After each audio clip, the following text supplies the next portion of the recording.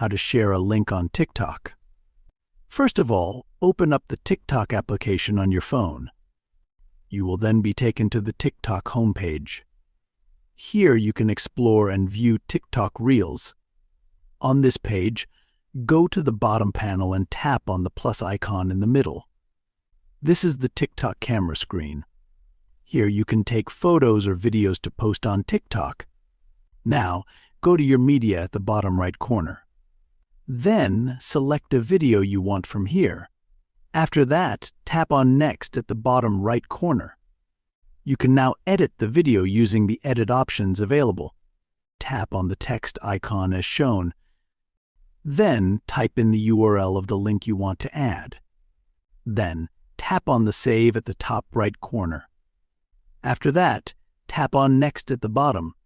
Here you can add a caption if you want or manage other settings.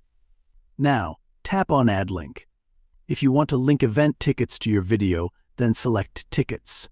Then, search for the tickets here and tap on it. Then, tap on Link to Post at the bottom. You have now successfully added this link to your video. Following these steps, you can easily share a link on TikTok.